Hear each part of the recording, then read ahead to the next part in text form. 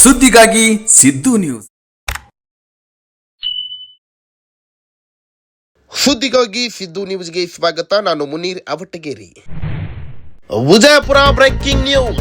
ಭೀಮಾ ತೀರದಲ್ಲಿ ರಕ್ತದೋಕಳಿ, ಅಸ್ಥಿ ವಿವಾದ ಶಂಕೆ.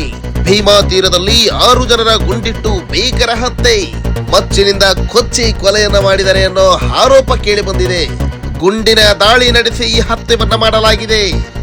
ಗ್ರಾಮದಲ್ಲಿ ಉದ್ವಿಗ್ನ ವಾತಾವರಣವಾಗಿದೆ. ಕೊಲೆಯಾದಂತಹ ವ್ಯಕ್ತಿಗಳು ಚಂದು ನಿರಾಳೆ ವಯಸ್ಸು 56, ದುಂಡಪ್ಪ ನಿರಾಳೆ ವಯಸ್ಸು 65, ಶಿವಪುತ್ರ ನಿರಾಳೆ ವಯಸ್ಸು 60, ರಾಹುಲ್ ನಿರಾಳೆ ವಯಸ್ಸು 35, ಸಮರ್ಥ್ ನಿರಾಳೆ ವಯಸ್ಸು 24, ಶಬ್ಬೀರ್ ನದಾಫ್ ವಯಸ್ಸು 50 ಕೊಲೆಯಾದಂತಹ ವ್ಯಕ್ತಿಗಳು. ಕೊಲೆಗಾರರು ಯಾರು ಎಂಬ ಮಾಹಿತಿ ಇನ್ನೂ ಖಚಿತವಾಗಿಲ್ಲ. ಈ ಪ್ರಕರಣ ಈಗಾಗಲೇ ಚರ್ಚನ್ ಪೊಲೀಸ್ ಠಾಣೆಯಲ್ಲಿ ದಾಖಲಾಗಿದೆ. ಗೋವಿಂದಪುರದ ಬಿಜೆಪಿ ಮುಖಂಡ ಅಪ್ಪುಗೌಡ ಪಾಟೀಲ್ ಗೂಳ್ಗಿ ಮತ್ತು ಆತನ ಸಹಚರರು ಕೊಲೆ ಮಾಡಿಸಿದ್ದಾರೆ ಎಂದು ನಿರಾಳೆ ಕುಟುಂಬಸ್ಥರು ಆರೋಪವನ್ನ ಮಾಡಿದ್ದಾರೆ.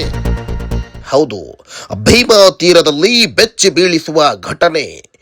ಒಂದೇ ಕುಟುಂಬದ ಸದಸ್ಯರು ಸೇರಿದಂತೆ 6 ಜನರ ಭೀಕರ ಹತ್ಯೆ. ವಿಜಯಪುರ ಜಿಲ್ಲೆಯ ಚಡಚನ್ ತಾಲೂಕಿನ ಗೋವಿಂದಪುರ ಗ್ರಾಮದಲ್ಲಿ ಈ ದುರ್ಘಟನೆ ನಡೆದಿದೆ. ಪ್ರಾಥಮಿಕ ಮಾಹಿತಿಯ ಪ್ರಕಾರ ಮೃತರ ಮೇಲೆ ಮೊದಲು ಗುಂಡಿನ ದಾಳಿ ನಡೆಸಲಾಗಿದ್ದು, ಬಳಿಕ ಮಾರಕಾಸ್ತ್ರಗಳಿಂದ ಹಲ್ಲೆ ನಡೆಸಿ ಹತ್ಯೆ ಮಾಡಲಾಗಿದೆ ಎನ್ನಲಾಗಿದೆ.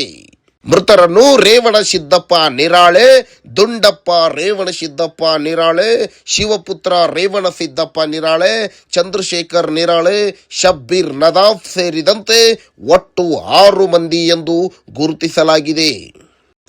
ಘಟನೆಗೆ ಆಸ್ತಿ ಹಾಗೂ ಜಮೀನು ವಿವಾದ ಕಾರಣವಾಗಿರಬಹುದು ಎಂಬ ಶಂಕೆ ವ್ಯಕ್ತವಾಗಿದ್ದು, ಈ ಕುರಿತು ಪೊಲೀಸರು ವಿವಿಧ ಆಯಾಮಗಳಲ್ಲಿ ತನಿಖೆ ನಡೆಸುತ್ತಿದ್ದಾರೆ.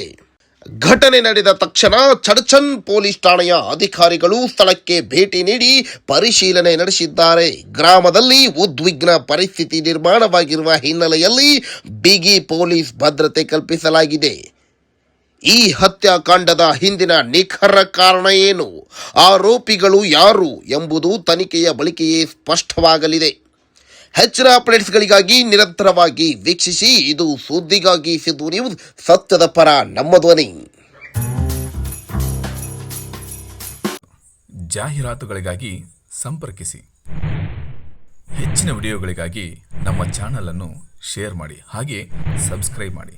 ಯಾಕೆಂದರೆ ನಮ್ಮ ಸುದ್ದಿಗಳು ನಿಮಗೆ ಬೇಗನೆ ತಲುಪುತ್ತವೆ.